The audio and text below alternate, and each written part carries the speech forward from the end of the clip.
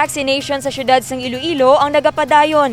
Samtang dugang nga 30,000 doses ang Pfizer kag Moderna vaccine ang ginapaabot gikan sa national government. Gindayaw sang national government ang pagpanikasog ni Mayor Jerry Treñas sa kampanya sa COVID-19 vaccination. Inibangod sang lapnagon nga vaccination rollout sa mga megasites, lakip na sa barangay, subdivisions, kag target nga mga sektor. Kada adlaw, libo-libo ang nabakunahan bangod sang organisado nga vaccination team sang Iloilo City Health Office, kaupod ang mga volunteers. Sa Biyernes, Oktubre 1, bukas para sa walk-in ang vaccination para sa mga residente kag hindi residente. Bastante naman ang bakuna bangod sang bulig gikan sa national government. May manugabot nga 30,000 nga Pfizer kag Moderna coming from the national government. Hopefully they will come soon. No? Information na ni Secretary Galvez kag ni Secretary Dizon. Kag kagabi very late last night, in pangayuan ko data ni Secretary Galvez because nga i-present niya kuno sa kay Presidente nga diri outside NCR. I think Iloilo City is doing a very good job in vaccinating our population.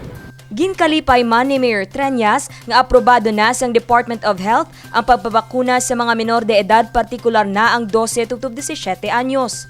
Magasugod naman ang pagbakuna sa ila sa Nobyembre, pananglit makapagwa sang guidelines o kung pagsulundan ang National Interagency Task Force.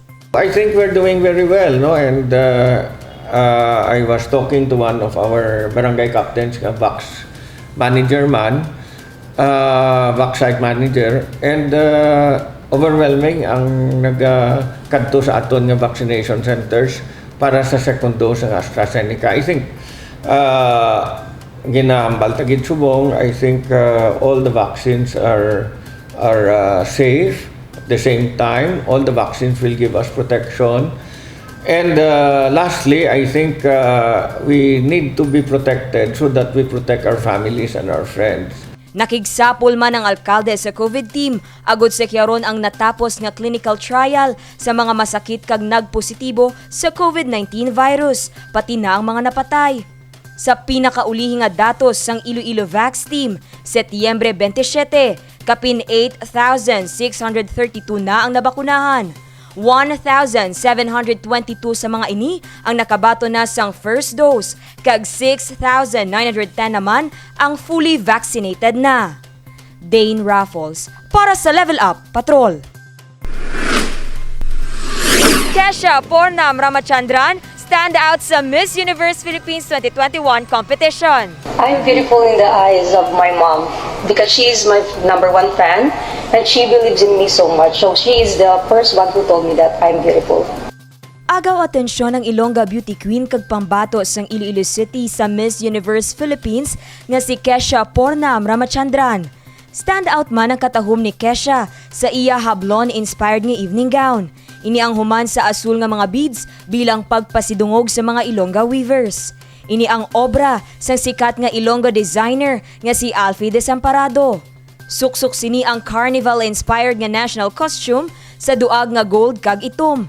Inspirasyon sa paghuman sang classic gown ang pinakauna nga Philippine Carnival Queen sang syudad nga si Pura Villanueva Calao. Makitaan man diri ang disenyo sang Molo Church nga human sa beads kag acrylic nga bato. Samtang ang headdress sini human naman sa handicraft nga metal. Naukit diri ang pila sa mga Ilongga nga kababainhan nga nagdala sang bugal sa syudad. Lakip na diri si Senadora Miriam Defensor Santiago, Magdalena Halandoni, Pura Calao, Teresa Magbanwa, kag Josette Bio. Fit man ang ialawas sa orange one-piece swimsuit. Ipakita ang imo suporta sa aton kandidata pinaagi sa paglantaw sa nagahilapit nga coronation night sang MUPH 2021. Ini ang pagahiwaton sa Setyembre 30 sa Bohol. Dane Raffles, para sa Level Up Patrol.